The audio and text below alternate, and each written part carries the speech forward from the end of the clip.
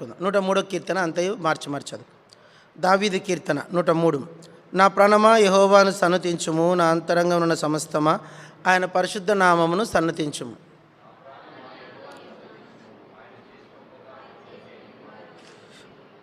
ఆయన నీ దోషములన్నిటినీ క్షమించువాడు, నీ సంకటములన్నిటినీ కుదుర్చువాడు.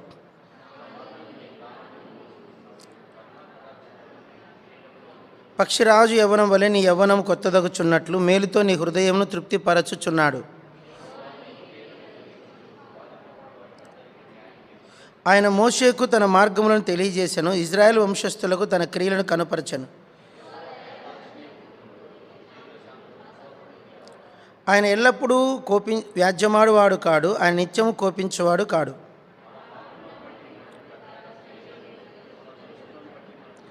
భూమి కంటే ఆకాశం ఎంత ఉన్నతముగా ఉన్నదో ఆయన యందు భయభక్తులు గల వారిలో ఆయన కృప అంత అధికముగా ఉన్నది.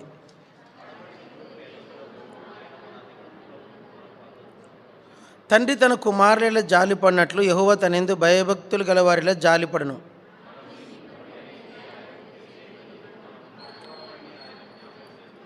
నరుని ఆయువు గడ్డివలే ఉన్నది, అడవి పువ్వు పూయినట్లు వాడు పూయును.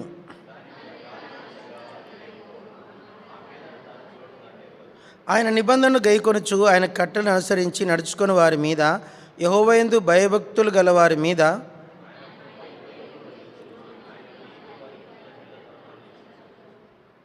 యెహోవా ఆకాశమందు తన సింహాసనమును స్థిరపరిచి ఉన్నాడు, ఆయన అన్నిటి మీద రాజ్య పరిపాలన చేయుచున్నాడు.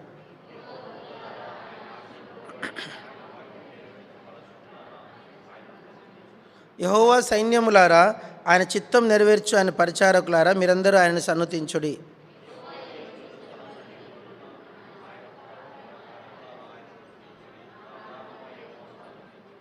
ప్రేమగల మా తండ్రి, పరిశుద్ధమైన మా రాజా, ఈ సమయం మాకు దీవెనకరంగా చేయమని కోరుకుంటూ వేడుకుంటూ వస్తున్నాం. ప్రభు బలవంతుడా, మీకు మేము బలహీనము, మేము చేతగాని వారం, నువ్వు శూరుడవు, బలవంతుడవు, మమ్మల్ని క్షమించమని కోరుకుంటున్నాం. సమయం మాకు దీవెనకరంగా చేయండి, మార్గంలో ఉన్న వారిని త్వరపెట్టి తీసుకురండి. ప్రభా, మరి అంతటా మీ మహిమను కనపరచు దేవా. అంధకార శక్తులు బంధించమని వేడుకుంటూ ప్రార్థిస్తూ ఉంటున్నాం. పరిశుద్ధుడైన యేసు ప్రభు నామమున వేడుచున్నాము తండ్రి. ఈ కీర్తన 103 అందరికీ సుపరిచితమైన కీర్తన. ఈ కీర్తనలో ఉన్న ప్రతి మాట కూడా మనందరికీ బాగా నోటికి పరిచయం, కొందరు కంఠస్థం కూడా వచ్చు. అయితే ఈ కీర్తనలో ఒక చిన్న మాటను ఈ ఉదయకాలము మనం ఆరాధన కొరకై ధ్యానిస్తాం. ఏంటి ఆ మాట అంటే అందరి చదువుకుందాం. 103 కీర్తన చదవండి, 10వ వచనం. అందరు పలకండి. ఆయన మన పాపములను బట్టి మనకు ప్రతీకారము చేయలేదు, మన దోషములను బట్టి మనకు ప్రతిఫలం ఇయ్యలేదు. 2 విషయాలు ఇక్కడ రాస్తున్నాడు భక్తుడు. ఒకటి ప్రతీకారము, ప్రతిఫలం. ఒకటి ఏంటి? ఒక మాట చూడండి, ఇది మంచి కీర్తనలో కఠినమైన మాట ఉంది. ప్రతీకారం. ప్రతీకారం అంటే ఏంటి చెప్పాలి? ప్రతీకారం అంటే ఏంటి? బైబిల్లో కొన్ని మాటలు ఉన్నాయి. అందరు చెప్పండి. కంటికి కన్ను, మీరు చెప్పట్లే. కంటికి కన్ను, పంటికి పన్ను, చెయ్యికి చెయ్యి, కాలికి కాలు, ప్రాణమునకు ప్రాణం. నా కన్ను నువ్వు దెబ్బ కొట్టావంటే నేనేం చేయాలా? రే నా కన్ను దెబ్బ కొట్టించాడు డాడీ అంటే, రే వాని కన్ను కొట్టరాను, పటాను కొడతారు కొందరు. నా కన్ను కొట్టావు కదా, నీ కన్ను. నా పండు ఇరుగొట్టాడు కదా, పండు మీకు తెలుస్తలేదు, పన్ను ఇరుగొడితే పెద్ద కేసు. కొట్లాడినప్పుడు కనుక ఎవరన్నా పండు పొరపాటును కొట్టారనుకో, పండు ఊడిందో, ఎఫ్ఐఆర్ అయిందో, పెద్ద కేసు, 3 ఏళ్ళు జైలు శిక్ష దానికి. కంటికి కన్నుకి దెబ్బ తగిలిన కన్ను పోయిందనుకో, అదే చాలామంది కన్ను పోగొట్టిన వాళ్ళు చాలామంది ఉన్నారు. నిన్న బస్సు ఎక్కాను. బస్సు ఎక్కితే ఒక ఆయన బస్సు దిగినాడు. ఆయన పలానా గవర్నమెంట్ ఎంప్లాయర్. ఆయనకు ఒక పాము ఇది చేయలేదు. నేను కొంచెం చాలా మైత్రి కదా, మాటలు కలిపి సార్ ఏం సార్ ఎట్లా పోయింది సార్ చెయ్యంటే, కబడ్డీ ఆడినాడంట. కబడ్డీ ఆడినప్పుడు కబడ్డీ ఆటలో వాడు నేను గెలుస్తానని చెప్పేసి, ఇతను గెలుస్తాడని అవతలడు చెయ్యి ఇట్లా అన్నాడంట. చెయ్యి కరెక్ట్గా ఇరిగిపోయింది. అది ఎన్ని సర్జరీలు చేసినా అది కుదరలేదంట, ఫెయిల్ అయిపోయింది. ఆఖరికి చెయ్యి సెప్టిక్ అయిపోయింది. డాక్టర్స్ అన్నారంట, మనిషి కావాలన్నా చెయ్యి కావాలన్నారంట. అప్పుడు ఏమంటాం? మనిషి కావాలన్నా చేయి కావాలంటే ఏమంటామండి? అప్పుడు ఏం చేశారంటే ఇక్కడ దాకా తీసేశారు చేయి. ఇక్కడ కరెక్ట్ ఇక్కడ తీసేశారు.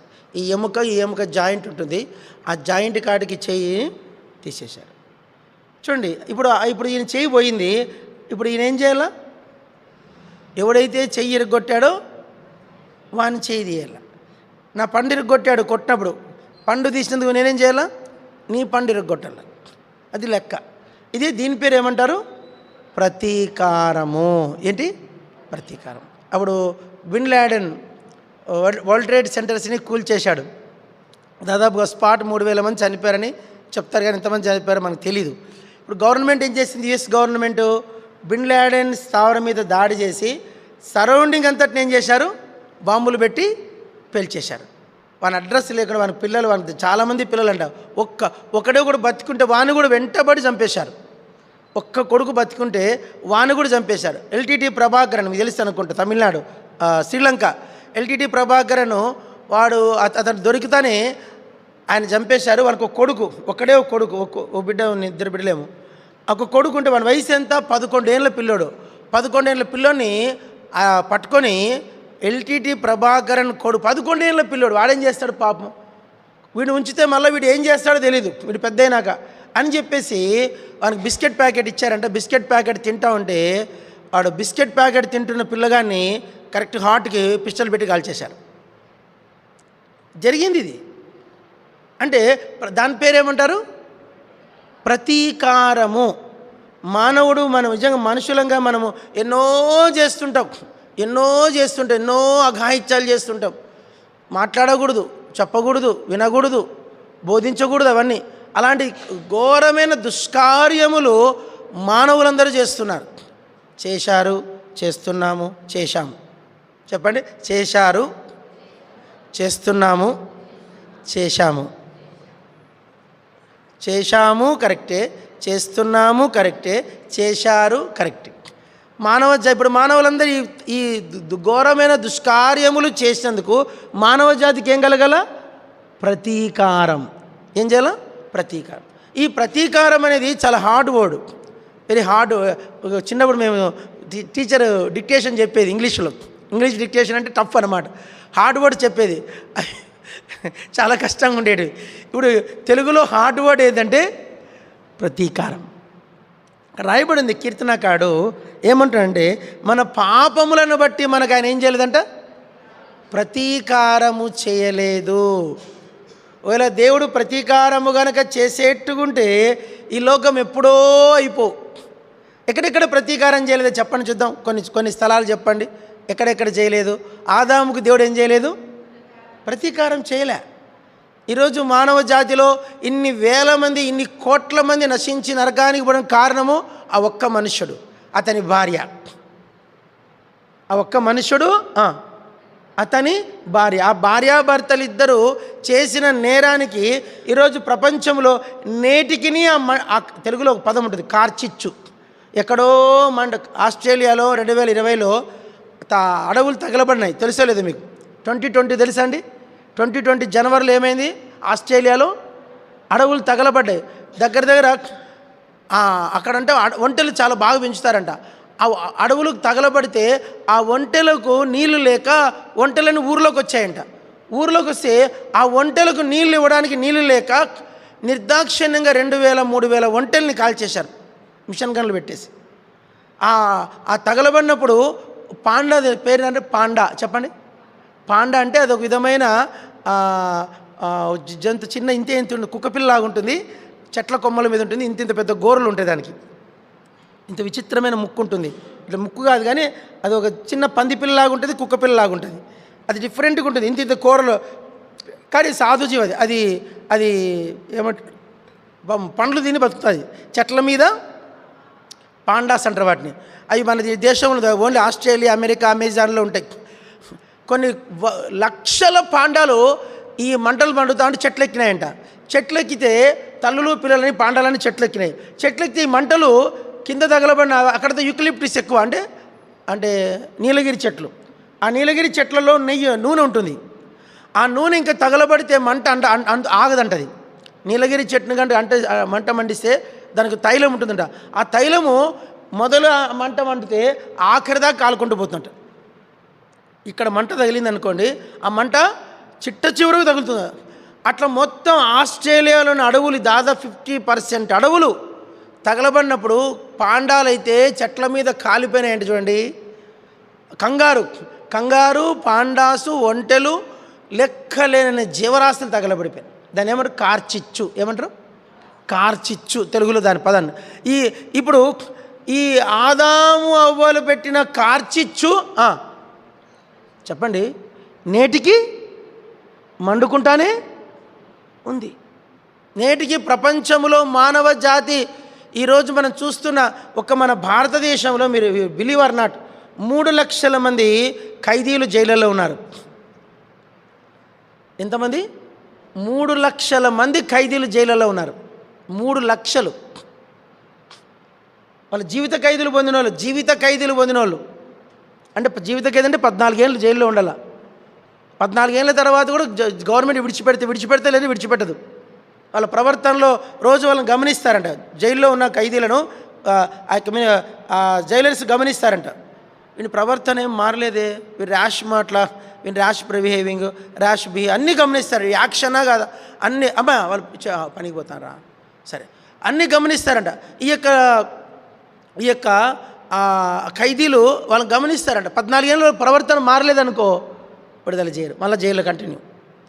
ఒక గవర్నమెంటే మనుషుల్ని ఏం చేయట్లేదు? క్షమించట్లేదు. ఒక దేశం ఇంకో దేశాన్ని క్షమించట్లేదు. మానవ జాతి దగ్గర క్షమాపణ అనేది దొరకడము కష్టం ఉంది. భర్త భార్యని క్షమించట్లే, భార్య భర్తను క్షమించట్లే. మాట్లాడకూడదు, విపరీతం. కాబట్టి బైబిల్లో కొన్ని పదాలు అది విపరీతం అని రాస్తాడు, కొన్ని పదాలు లేవికాండంలో. అట్లా మానవ జాతిలో విపరీతమైన పాపములు ఎక్కువైనాయి. దేవుని వాక్యం అంటుంది, ఆయన మన పాపములను బట్టి మనకు ప్రతీకారం చేయలేదంట. నిజంగా మరి ఇంకోటి మనకు రెండోది గమనిద్దాం.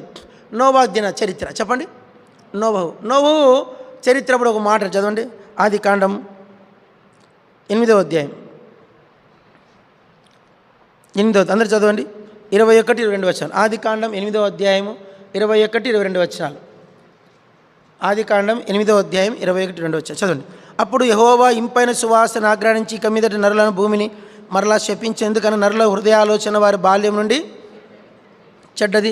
నేను ఇప్పుడు చేసిన ప్రకారంగా ఇక సమస్త జీవులను సంహరింపను. భూమి నిలిచినంత వరకు వెదకాలము, కోతకాలం, శీతోష్ణములు, వేసవి, శీతాకాలములు, రాత్రింబగళ్ళు ఉండక మానవాని తన హృదయములో, అందరు చెప్పండి, తన హృదయములో అనుకొనెను. అందరు చెప్పండి. మనస్సులో అనుకున్న దానికి కూడా దేవుడు కట్టుబడి ఉన్నాడు. అందరు చెప్పండి అన్నమాట. దేవుడు తన మనస్సులో అనుకున్న దానికి కూడా కట్టుబడి అంటే మాటకు నిబంధన, ప్రమాణం. మాట కొన్నిసార్లు మాట ఇస్తాం, దానికే నిలబడం. ప్రమాణం చేస్తాం, దానికి నిలబడం. పేపర్ రాసిస్తాం, దానికి నిలబడం. మ్యారేజ్ అప్పుడు రిజిస్ట్రేషన్ చేస్తారు లేదండి, పేపర్ రిజిస్ట్రేషనే కాదు, అది రిజిస్ట్రేషన్, ప్రమాణం. అంతమందిలో ముందర ప్రమాణం చేస్తారు. చాలా ఉన్నాయి. అయితే దేవుడు తన మనస్సులో అనుకున్న దానికి కూడా నేటికి 7 విషయాలు చెప్తున్నాడు. అందరూ పలకండి, అందరూ చెప్పండి. వెదకాలం, కోతకాలం, శీతోష్ణములు, వేసవి, శీతాకాలములు, రాత్రి పగలు. 7 ఉన్నాయి. 7 విషయాలు. 7 ఉండక మానవ. ఒకవేళ దేవుడు ఆ దినమున మానవ జాతి చేస్తున్న పాపానికి శిక్ష వేయాలనుకుంటే ఈరోజు భూమి మీద జీవరాశి ఉండేది కాదు. ఆయన ప్రతీకారం చేయలే. ఇప్పటికీ మనుష్యుడు భూమి మీద ఉన్నాడంటే దేవుడు ఇంకా ప్రతీకారము చేయలే. నాకు తెలిసి ఈ గత 100 ఏళ్ళు 19వ శతాబ్దం నుంచి 2020 వరకు తీసుకుంటే ఈ హిస్టరీలో ఈ 7 ఇయర్స్లో అంటే ఈ 120 ఇయర్స్లో క్రూరమైన 7 మంది మనుషులు ఉన్నారట. క్రూరులు. ఎవరు వాళ్ళు కొందరు పేర్లు: హిట్లర్ అతి క్రూరుడు, తర్వాత సద్దాం హుస్సేన్, బిన్ లాడెన్, తర్వాత ఎల్టీటీ ప్రభాకరన్, తర్వాత వీరప్పన్. వీళ్ళందరూ ప్రపంచ యావత్తు నివ్వరపోయి ఇప్పుడు ఆ జాబితాలో కూడా చేరాడు పుతిన్. ఏం పేరు అని పేరు? పుతిన్. వాని మూర్ఖత్వానికి 2 లక్షల మంది చచ్చిపోయారు. వాని మూర్ఖత్వానికి చెప్పండి అమ్మా. వాడు మంచోడు అనుకున్నాం అందరం. వాడు 74 ఏళ్ళ వయసు, వానికి పార్కిన్సన్ జబ్బు కూడా వచ్చింది. వాడు ముసలోడైనాడు. ముసలూపనికి 74 ఏళ్ళ వయసులో 2 లక్షల మంది మరణానికి, ఒక కంట్రీ, ఉక్రెయిన్ ఒక కంట్రీ నాశనానికి కారణమయ్యాడు. ఇప్పుడు అలాంటి జాబితాలో అతి క్రూరులైన మనుషుల జాబితాలకు ఎవరు చేరాడు? ఇప్పుడు పుతిన్ చేరాడు, రష్యా ప్రధానమంత్రి పుతిన్. కాబట్టి ఇవన్నీ ఏం చెప్తానంటే, ఇంత క్రూరులు భూమి మీద ఉన్నా కూడా దేవుడు మానవ జాతికి ప్రతీకారము చెయ్యట్లే నిజంగా. అయితే ఇప్పుడు వాళ్ళది పక్కన పెడదాం. మన పాపములను బట్టి మనకేం చేయట్లేదు, ప్రతీకారము చేయట్లేదు. అయితే దేవుడు ఎలాంటి వాడంటే, ఆయన నీతిగల న్యాయాధిపతి. ఏమంట? నీతిగల. ఒక మాట ఉంది బైబిల్లో, నీవు తీర్పు తీర్చినప్పుడు నిర్మలుడవుగా కనబడదు అంట. ఎట్లా కనబడతాడంట? ఎక్కడుంది ఆ మాట? నీవు తీర్పు తీర్చినప్పుడు నిర్మలుడవుగా కనబడదు అన్నమాట. కీర్తనలో ఉంటాడు, నువ్వు తీర్పు తీర్చినప్పుడు నిర్మలుడవుగా కనబడు. సరే,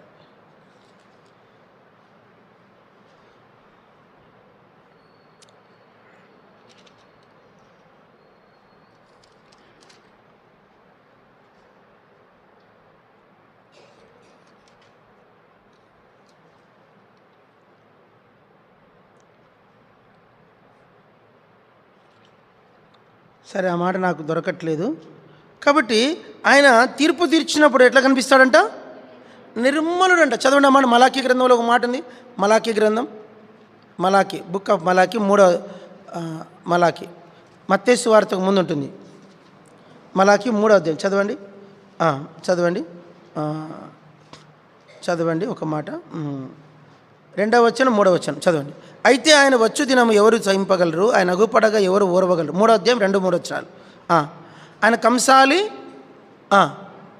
చదవండి అక్కడి నుంచి. ఆయన కంసాలి, అగ్ని వంటి వాడు, చాకలవాణి సబ్బు వంటి వాడు, వెండిని నిర్మలము చేయనట్లు శోధించి నిర్మలం చేయవాడైనట్లు కూర్చొనిడును. లేవీలు నీతిని అనుసరించి యెహోవాకు నైవేద్యములు చేయనట్లు వెండి బంగారములను నిర్మలము చేయ రీతిని ఆయన వారిని, అందరు చెప్పండి, ఆయన వారిని నిర్మలులనుగా చేయును. అందరు చెప్పండి, ఆయన వారిని నిర్మలులనుగా. ఏం పేరు అమ్మాయి? నిర్మల్. నిర్మల. విన్నారండి ఎప్పుడన్నా నిర్మల పేరున్నారా? అబ్బాయి నీ పేరు? హైదరాబాద్లో ఒక అబ్బాయి ఎప్పుడైనా సేవకున్నాడు, ఆయన పేరు నిర్మల్ కుమార్. ఏం పేరు? హైదరాబాద్లో డిఫెన్స్ కాలనీలో సేవ చేస్తాడు, నిర్మల్ కుమార్ ఆయన పేరు. నిర్మలుడు అంటే అర్థం ఏంటి అంటే నిశ్శబ్దంగా ఉండేవాడు, కామ్గా ఉండేవాడు, నెమ్మదిగా ఉండేవాడు, ఏమి కంగారు, చాలా నిర్మలమైన మనిషి అండి ఆయన. చాలా పెద్ద మాట ఇది. దేవుడు మానవులు ఎన్ని పాపాలు చేస్తున్నా ఆయన ఎలా కనిపిస్తున్నాడంట? నిర్మలుడుగానే ఉన్నాడంట. ఏమంటున్నాడు అక్కడ?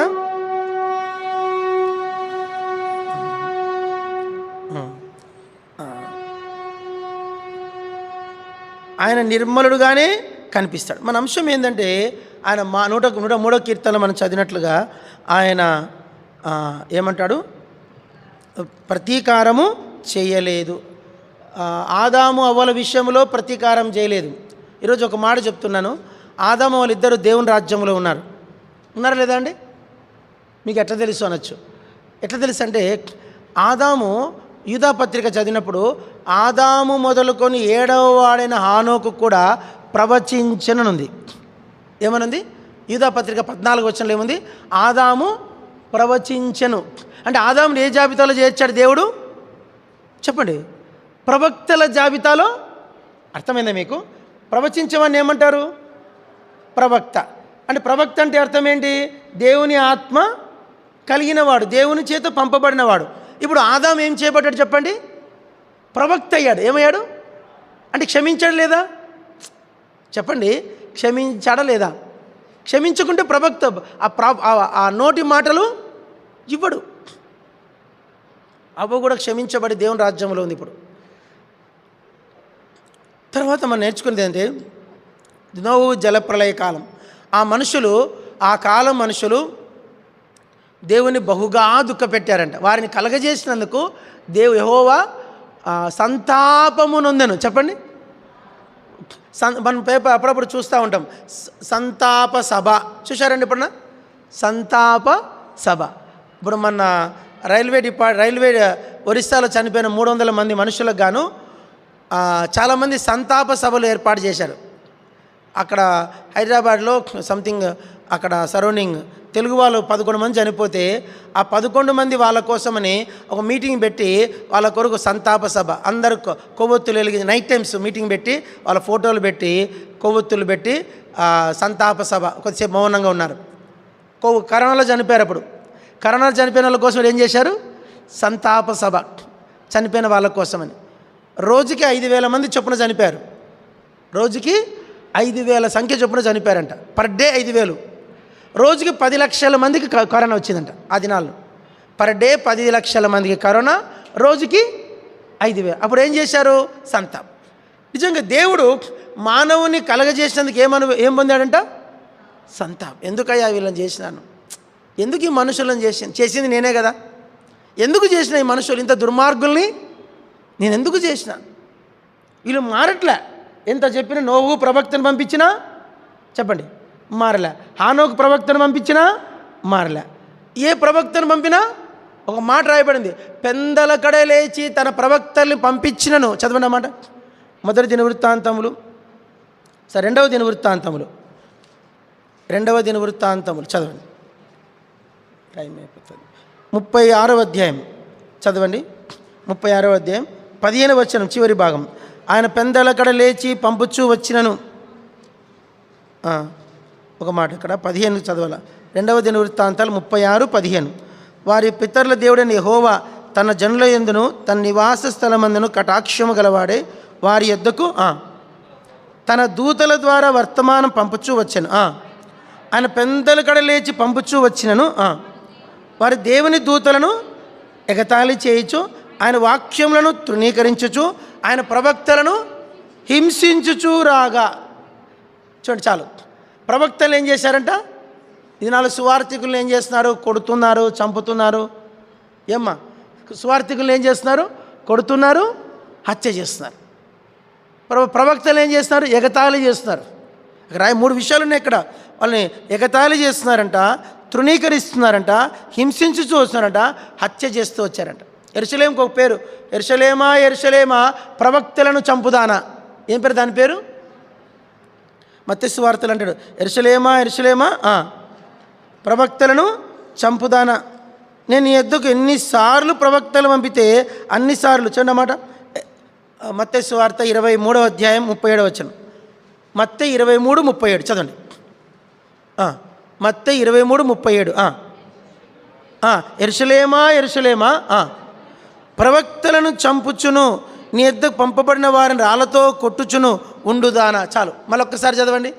యెరూషలేమా యెరూషలేమా ప్రవక్తలను చంపుచును, నీ యొద్దకు వచ్చుచు పంపబడిన వారిని రాళ్లతో కొట్టుచును ఉండుదానా. చాలు.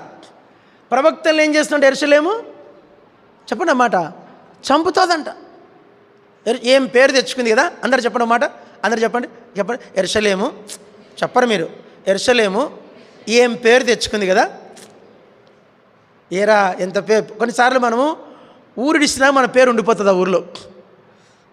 కొన్నిసార్లు ఊరు డిసిపెడతాం, బతకలు ఆ ఊరిలో ఉంటే మన పరువు పోతుందని ఏం చేస్తాం? వాడా అయిపెత్తిపోయాడు కదన్న, వాడు మాకు 3 లక్షలు ఎగ్గొట్టిపోయాడు అంటారు. వాడికి 3 లక్షలు మాకు ఎగ్గొట్టిపోయాడు. మా బంధువులు మాకందరు తప్పు చేసిపోయాడు. వాడు మాకంతా చెడ్డ పేరు తెచ్చిపోయాడు. పేరు నిలబడిపోతుంది. యెరూషలేముకి ఏం పేరు నిలబడిపోయింది చెప్పండి? ప్రవక్తలను చంపుదాన. ఆఖరికి యేసుప్రభువు కూడా ఏం చేసింది అది చెప్పండి? ఎవరిని చంపింది? అందరిని చంపింది ఒక ఎత్తు. బైబిల్లో ఒక కథ చెప్తాడు పరలోకపు తండ్రి, ఆఖరికి నా కొడుకునన్నా గౌరవిస్తారని తన ఏకైక కుమారుని పంపిస్తే ఆ కుమారుని కూడా ఏం చేశారట? ఇతడు వారసుడు, ఇతన్ని చంపుదము రెండని గవిని వెలుపట ద్రాక్ష తోట వెలుపడతన్ని చంపివేసిరి కదా అంటాడు. నా కన్న కొడుకు, నా అద్వితీయ కుమారుని, నా ఒక్కగానొక్క కుమారుని పంపితే ఆ కుమారుని ఏం చేసినారు చెప్పాలి? ఏం చేసినారు? రాళ్ళతో కొట్టి చంపేశారు. కానీ మనం ఇక్కడ నేర్చుకోవాల్సింది ఏంటంటే, ఇంత అఘాయిత్యం చేస్తున్న మానవులు, దేవుడు మానవులకి ఏం చేయట్లేదంట? ప్రతీకారము చేయట్లేదు. ఈరోజు మనకు కూడా ఆయన ఏం చేయట్లే? మన ఆరాధనలో ఒక మాట చెప్పాలి, ప్రభువా మా పాపములను బట్టి మాకు నువ్వేం చేయలేదు. అందరు చెప్పండి, ప్రభువా. మీ ఆరాధన నేర్చుకోండి. ఆరాధన, ప్రభువా మా పాపములను బట్టి మాకు నీవు ప్రతీకారము చేయనందుకై నీకు కృతజ్ఞతలు. అది ఆరాధన. ఆరాధన అంటే ఏంటంటే, మన పాపములను బట్టి మనకి ఏం చేయలేదు? ప్రతీకారం చేయలేదు. రెండోది చదవండి, 103వ కీర్తన. 103వ కీర్తన చదవండి. 9వ వచనం, 9, 10, 10వ వచనం. మన దోషములను బట్టి మనకు ప్రతిఫలము ఇయ్యాలి. అందరూ చెప్పండి, మన దోషములను బట్టి ప్రతిఫలము. ప్రతిఫలం అంటే ఏంటి? మనం చేసిన కీడుకు మన మీదికి వాడు చేసిన కీడు వాని నెత్తి మీదికే వచ్చును కాకుండా బైబిల్లో. వాడు చేసిన కీడు వాని నెత్తి మీదికే. బైబిల్లో చాలామందికి వాళ్ళ దోషాలను బట్టి ఎలాంటి శిక్ష చేశాడు చెప్తే భయపడతారు. మీరు చెప్పండి, కొందరు మీకు తెలిసి కొంచెం చెప్పండి. కయ్యను చేసిన దోషానికి దేవుడు అతను నెత్తి మీద నొసటి మీద ముద్ర వేశాడంట. అతడు చేసిన పాపానికి చదవండి, అతను ఏమన్నాడు చదవండి. ఆదికాండము 4వ అధ్యాయం. ఆదికాండం 4వ అధ్యాయం చదవండి. ఆదికాండం 4వ అధ్యాయం చదవండి.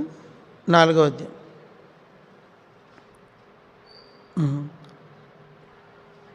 ఒక్క నిమిషము. 11వ వచనం చదువుకుందాం.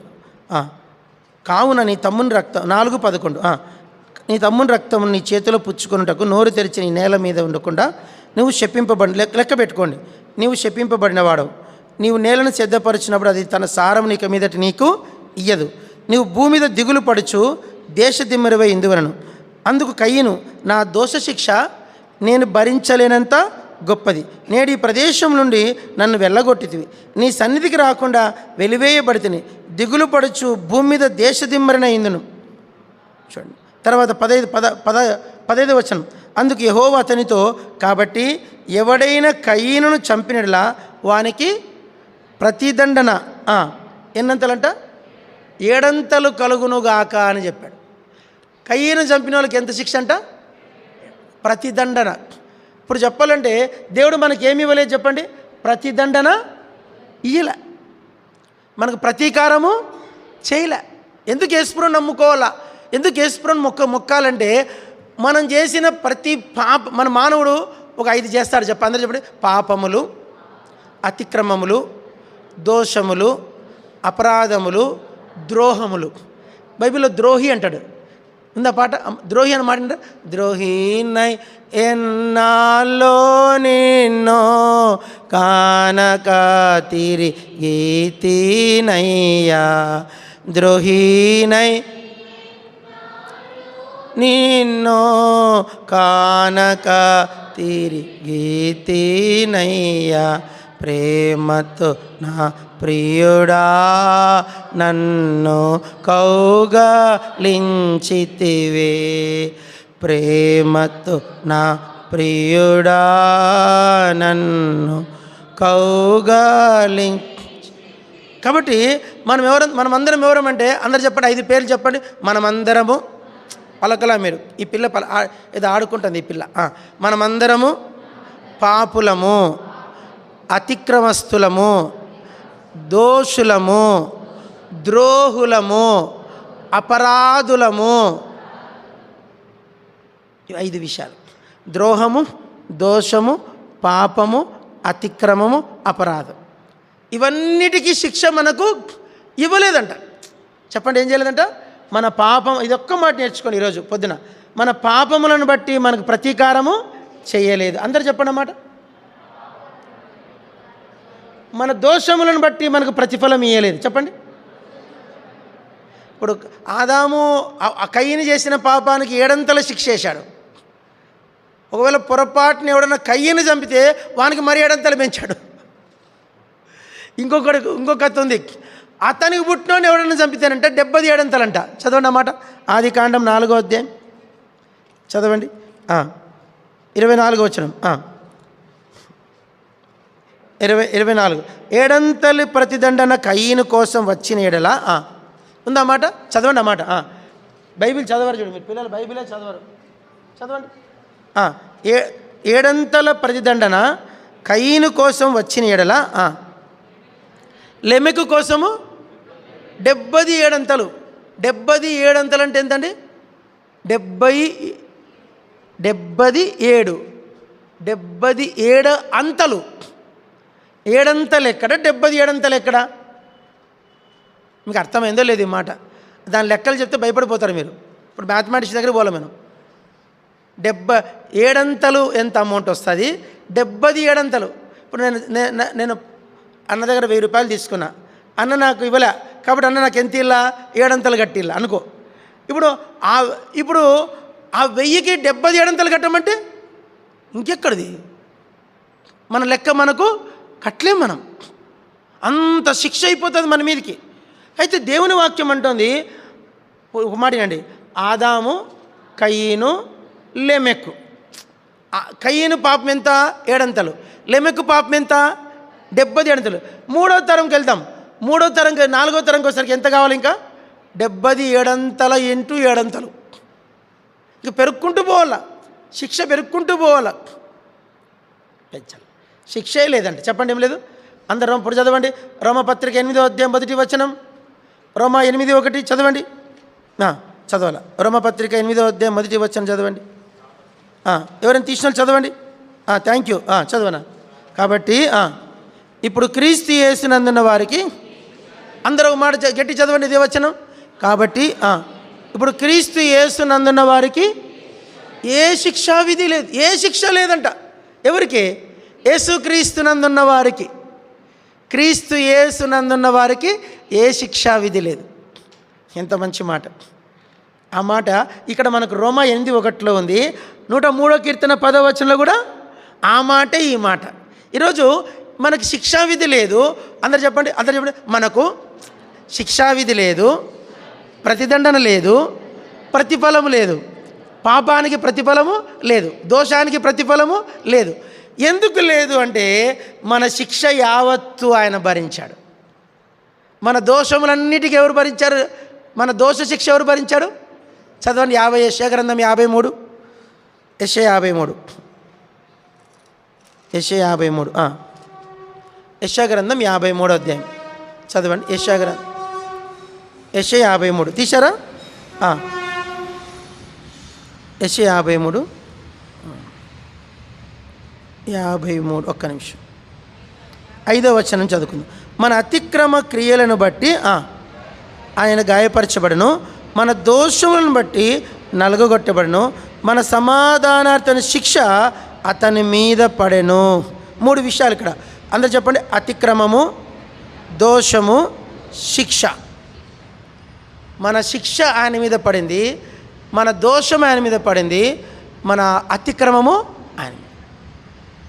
ఒక మాట చెప్పాలంటే, తండ్రి అయిన దేవుడంట యేసుక్రీస్తుని చూసినప్పుడంట యేసుప్రభు కనిపించట్లేదంట, ఆడొకటే కనిపిస్తుందంట, పాపం. ఏం కనిపిస్తుందంట? పాపం ఎరుగని ఆయన మన కోసము పాపముగా చేయబడి. సరే, ఎబ్రోన్లో విన్నా నేను, ఒక్క మనిషి పాపపు శిక్ష ఇంకో మనిషి భరించాలంటేనంట, ఒక మాట ఏమనుకోకండి, మనందరం ఇప్పుడు దొరల్లాగా తిరుగుతున్నాం. అందరు చెప్పండి, మనమందరము మనమందరము దొరల్లాగా. కేసీఆర్ని ఏమంటారు? దొర అంటారు కదా. కేసీఆర్ సార్ని ఏమంటారు? దొర వచ్చిందంటారు. ఇప్పుడు మనందరం ఎట్లా తిరుగుతానని చెప్పండి? దొరల్లాగా తిరుగుతాను. నిజం చెప్పాలంటే మనందరము గనక మనం చేసిన పాపాలకు, మనం చేసిన దుష్టత్వానికి మన మీద శిక్ష వేయగలిగితే మన ఇండియాలో ఉన్న జైలు సరిపోవంట. చెప్పండి, ఇండియాలో ఉన్న ఒక మాట తెలుసా మీకు? ఇండియాలో నేరస్తులు ఎంత % ఉన్నారు జైళ్ళలో? 3 లక్షలు లేక 4 లక్షలు ఉన్నారు. ఎంతమంది? ఇండియా జనాభా ఎంత ఉంది? 140 కోట్లు ఉంది. ఎంత? 140 కోట్ల జనాభాలో జైళ్ళలో ఉన్న ఖైదీలు ఎంతమంది? 4 లక్షలే. అంటే పర్సెంటేజ్కి వెళ్తే పర్సెంటేజ్ దొరకదు. అంటే నిజానికి చెప్పాలంటే 140 కోట్ల మంది నంగనాచిల మంచోళ్ళ? చెప్పండి, మంచోళ్ళ అండి? చెప్పండి. 140 కోట్లలో నీతిమంతుని ఒకరిని చూపించండి. నిజం చెప్పాలంటే 140 కోట్ల మందిని జైల్లో వేయాల. వాళ్ళు చేసిన అపరాధములు శిక్షలకి చెప్పండి ఏం చేయాల? 140 కోట్ల మందిని జైల్లో వేయాల. జైలు సరిపోవు. ఇప్పుడు జడ్జిని కూడా జైలు వేయాల్సిందే. జడ్జి చేసిన పాపాలు బయటికి తీస్తే ఆయన కూడా జైలు. లాయర్లు చేసిన పాపాలను బయటికి తీస్తే వాళ్ళు కూడా జైల్లోకి వెళ్ళాలి. నిజంగా చెప్పాలంటే గవర్నమెంట్ శిక్షించడానికి దాని దగ్గర ప్రూఫ్స్ కావాలి. మన ప్రూఫ్స్ అన్నీ దేవుని దగ్గర శుభ్రంగా ఉన్నాయి. కానీ ఆయన మన ప్రూఫ్స్ని ఎవరికి బయట పెట్టాడు. ఆయన ఎవరంటే మనకు ప్రతిఫలం ఇవ్వలేదు, మనకు ప్రతీకారము చేయలేదు. కాబట్టి అంతటినీ ఆయనే తీసుకుని. తెలుగులో ఒక మాట చెప్పండి, స్వాహ. బైబిల్ చదవండి ఒక మాట. మొదటి యోహాను పత్రిక 2వ అధ్యాయంలో ఒక మంచి మాట ఉంటుంది. మొదటి యోహాను పత్రిక 2వ అధ్యాయం తీశారా? పేజీ చివరిలో ప్రకటన గ్రంథానికి ముందు ఉంటుంది. మొదటి యోహాను పత్రిక 2వ అధ్యాయం అందరు చదవండి. 2వ వచనం. ఆయనే మన పాపములకు శాంతికరమై ఉన్నాడు. మన పాపములకు మాత్రమే కాదు, సర్వలోకమునకు శాంతికరమై ఉన్నాడు. అందరు చెప్పండి, శాంతికరము. దానికి అర్థం కింద ఫుట్ నోట్లు ఇచ్చాడు, చదవండి. ఏమిచ్చాడు? ప్రాయశ్చిత్తమై ఉన్నాడు. చెప్పండి, అందరు చెప్పండి. యేసుక్రీస్తు మన పాపములకు ప్రాయశ్చిత్తమై ఉన్నాడు. చెప్పండి, యేసు ప్రభు మన పాపములకు ప్రాయశ్చిత్త అంటే ఇతడు చేసిన పాపానికి శిక్షించబడేది ఇది అని చిన్న కథ చెప్తా. కథ అంటే మీకు అర్థమవుతలేదు. ఒకసారి ఒక ఊరు తగలబడిందంట. ఊరు తగలబడితే ఆ ఊర్లో ఉన్న తర్వాత పల్లెటూళ్ళలో ఇంటింటికి కోళ్ళు ఉంటాయి. ఏముంటాయి? కోళ్ళు ఉండవండి. ఇంటింటికి ఏముంటాయి? కోళ్ళు, బర్రెలు అని ఉంటాయి. అయితే ఒక కోడి ఆ రోజే గుడ్లు లేపిందంట. 14-15 పిల్లలు లేపిందంట. అన్ని చిన్న చిన్న పిల్లలు. తను ఇప్పుడు లేచిపోతే 14 పిల్లలు ఏమైపోతాయి? అన్నీ అగ్గిలో పడిపోతాయి. పాపం తను తప్పించుకోగలదు, తనకు రెక్కలు ఉన్నాయి, తనకు తెలివి ఉంది, తను ఎగిరిపోగలదు. కానీ తను గుడ్లు లేపి 14 పిల్లలని అది లేపుకోనుంది. అప్పుడు చిన్న పిల్లలు చిక్ చిక్ చిక్ అంటానే. ఊరంతా తగలబడుతుంది, గుడిసె తగలబడుతుంది. తను పరిగెత్తగలదు, తను వెళ్ళిపోగలదు. కానీ తనకేముంది? పిల్లల మీద ప్రేమ. అయ్యో నా పిల్లలు, అయ్యో నా పిల్లలు. ఎగరలేదు, పోలేదు. పిల్లలు తన రెక్కలు తీస్తే చచ్చిపోతాయి. మీరు నమ్మరు చెప్తే జరిగింది ఇది. మంటలు పడి పడి పడి పడి పడి కోడి తల్లి, ఏం తల్లి? కోడి తల్లి అంత ఊరంతా తగలబడి గుడిసంతా కాలిపోయేదాకా, అంత మంట చల్లారేదాకా ఆ మంటలు భరించి భరించి భరించి ఆ మంటకు వేడికి తల్లి చచ్చిపోయింది. పొద్దున్న తెల్లారి ఇట్లే పెట్టుకొని చచ్చిపోయింది. కొన్నిసార్లు ఏ పొజిషన్ చచ్చిపోతే అదే పొజిషన్ అట్లా ఉంటుంది. చచ్చిపోయింది. పొద్దునేసరికి అందరు ఎత్తుక్కుంటూ అయ్యో మా వాళ్ళు ఇదెందుకు కోడి తీశారండి. తీస్తానే 14 పిల్లలు చికి చికి చికని అరుచుకుంటూ బయటకు వచ్చినాయంట. కీ ఎట్లా వస్తాయి నాకు తెలియదు. చిన్న కిచి కిచి కిచి అనుకుంటూ బయటకు వచ్చింది. చిన్న కోడి పిల్లలు కదా, చిన్న అని బయటకు వచ్చింది. అప్పుడు ఒక ఆయనంట, చూడు, ఒక ఆఫ్టర్ ఆల్ ఒక కోడికే ఎంత ప్రేమ చెప్పడు. తన ప్రాణము పోవడానికే ఇష్టపడింది, కానీ తన పిల్లలు చచ్చిపోవడానికి కాలిపోవడానికి తాను ఒప్పుకోలే. ఒక కోడికే ఇంత ప్రేమ ఉంటే, ఒక తల్లికే ఇంత ప్రేమ ఉంటే, పరలోకపు దేవునికి ఎంత ప్రేమ ఉండాలా? ఆ ప్రేమను బట్టి మన పాపములకు ఆయన ప్రతీకారము ఇవ్వలేదు, మన దోషములను బట్టి ప్రతిఫలము ఇవ్వలేదు. దానికి ఒక పేరు, యెరూషలేమా యెరూషలేమా ప్రవక్తలను చంపుదాన, రాళ్ళతో కొట్టి చంపుదాన. అయినా కూడా యెరూషలేమును ఆయన ఇంకనూ ప్రేమిస్తున్నాడు. అందరు చెప్పండి, యెరూషలేము యొక్క క్షేమము కొరకు ప్రార్థన చేయండి. యెరూషలేమా నిన్ను ప్రేమించువారు వర్ధిల్లుదురు.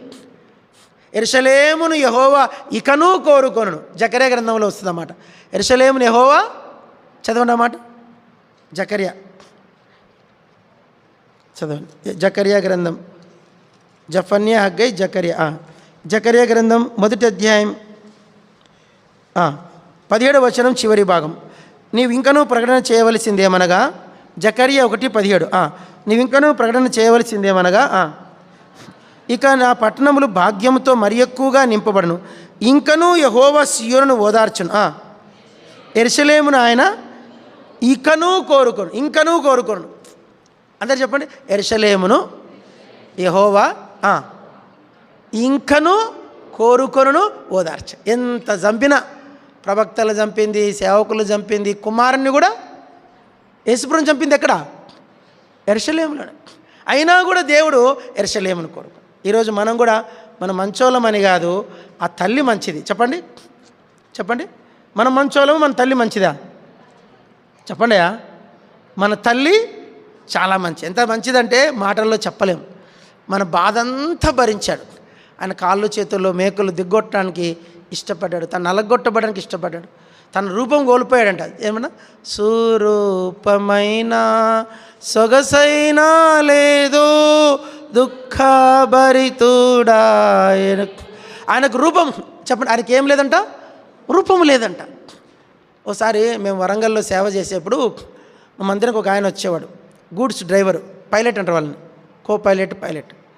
వాళ్ళ అమ్మ పేరు ప్రమీల, ఆ బాబు పేరు మర్చిపోయినాను, మంచి క్రిస్టియన్. ఇదే హైదరాబాద్లో డ్యూటీ, ఆలేరుకి రైలు పోతున్నాడు గూడ్స్. సిగ్నల్ ప్రాబ్లము, ఎదురెదురు 2 లైన్లు కొట్టుకున్నాయి. ఈయన స్పాట్ చనిపోయాడు. అయితే ఆయన బాడీని ఇంత మూట కట్టించారు. బాడీని ఏం చేశారు? డ్రైవరు, పైలట్ చచ్చిపోయాడు, రైల్లో ఇట్లా మూట కట్టించారు.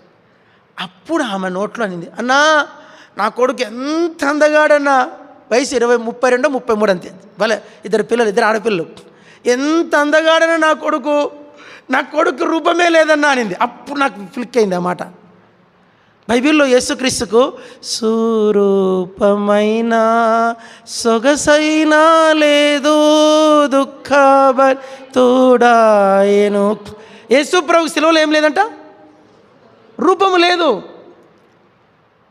హ్యావ్ నో ఎనీ ఇమేజ్ అంట. ఆయన అసలు ఈయన యేసు అని చెప్పడానికి ఏ దాఖలము. ఇప్పుడు కొన్నిసార్లు మనిషిని గుర్తుపట్టుకుంటే ఉంగరం చూసి ఈ మనిషి ఇదే అని చెప్తారు. వాచ్ చూసి వైఎస్ఆర్ చనిపోయినప్పుడు ఆయన బాడీని వాచ్ని బట్టి గుర్తుపట్టారు. ఈ వాచ్ ఇందని చెప్పి చెయ్యి ఒకటి ఉందంట, ఈ వాచ్ బట్టి వైఎస్ఆర్ బాడీ మూట కట్టించారు. ఇప్పుడు యేసు స్వామికి శిలువ మీద ఏం లేదు? చెప్పండి, ఏం లేదు? రూపము లేదు. యాక్చువల్ రూపం లేకుండా అయిపోవాల్సింది ఎవరు? నువ్వు, నేను. మనకు రూపం లేకుండా శిలువ మీద కొట్టాల్సింది. మన రూపాన్ని ఆయన తీసుకొని ఆయన రూపాన్ని మనకిచ్చాడు. తన సమరూపము గల దేహంలోకి మనల్ని మారుస్తాడు. కాబట్టి యేసుప్రభు చేసిన దానికి మనము చెల్లించే కృతజ్ఞతే ఆరాధన. చెప్పండి, ఆయన చేసిన దానికి చెల్లించే కృతజ్ఞతే ఆరాధన. అర్థమైందా మీకు? చెప్పండి, ఆయన చేసిన దానికి, చెప్పండి, ఆయన చేసిన దానికి మనం చెల్లించే కృతజ్ఞతే ఆరాధన. ఏం చేశాడు? మన పాపములను బట్టి మనకు ప్రతీకారము చేయలేదు, మన దోషములను బట్టి ప్రతిఫలము ఇవ్వలేదు. ఇందుకే ఆయనకు కృతజ్ఞతలు. మనం నిజానికి ఎవరము? యెరూషలేమా ప్రవక్తలను చంపుదాను. ప్రవక్తలను ఎగతాళి చేసేవారు, ప్రవక్తలను మనము హింసించేవారు, ప్రవక్తలను రాళ్ళతో కొట్టి చంపేటోళ్ళు. అయినా కూడా మనల్ని ఆయన క్షమించాడు అని చెప్పి ఆరాధించగలిగితే మీ ఆరాధన 3వ ఆకాశానికి వెళ్ళిపోయి దేవుని సముఖంలోకి చేరుతుంది.